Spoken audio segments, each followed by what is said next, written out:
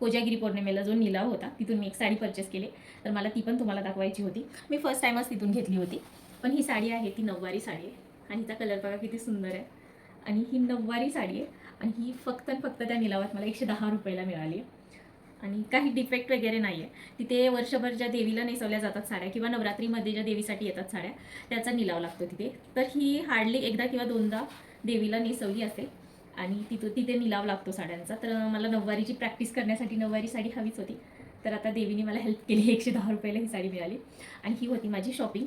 हां, त्याचबरोबर दिवाळीसाठी मी यावेळेस कपडे न घेता दुसरीकडे कुठेतरी इन्व्हेस्ट केलं आहे, तर ते मी तुम्हाला दाखवतेच.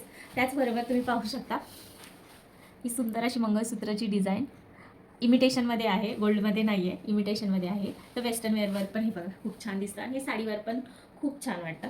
तर हे मी एक परचेस केलं, पण हे तुळशीबागेतून नाही केलं, हे त्याच रेग्युलर शॉपमधून जी तुम्ही वस्तू घेते तिथे घेतलं.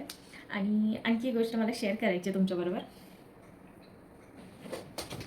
हे सगळं ठेवण्यासाठी एक बॅग पण हवी होती, सो ही बॅग पण मी घेतली. आणि यावेळेस मी कपड्यांमध्ये इन्व्हेस्ट नाही केले दिवाळीसाठी. आणखी मी जोडवी पण घेतलेत, तर त्याची डिझाईन मी तुमच्यावर शेअर करेनच. तर ही होती माझी शॉपिंग. तर तुम्ही मला प्लीज कमेंट करून सांगा की कशी वाटली तुम्हाला माझी शॉपिंग आणि कोणती वस्तू जास्त आवडली हे तुम्ही मला प्लीज कमेंट करून सांगा. त्याचबरोबर हे वेस्टर्न वेअर करण्यासाठी हे क्यूटचे इयरिंग्ससुद्धा मी घेतले. हे गोल्डन कलरचे इयरिंग्स आहेत, बटन इयरिंग्स बोलतात त्याला. तर ऑनलाईन आणि त्याचबरोबर हे सुद्धा पाहू शकता तुम्ही, हे पण सुंदर आहेत इयरिंग. तर हे इयरिंग ऑनलाईन घ्यायला गेलं तर खूप महाग पडतील, पण जे 30-30चे म्हणजे हे 30-30 रुपीजला मी घेतले. जे छोटे छोटे स्टॉल असतात ना तिथे हे इयरिंग्स भेटतात, तर ते 30 रुपीजला भेटतात, तर हे मी 30 रुपीजचे घेतलेत.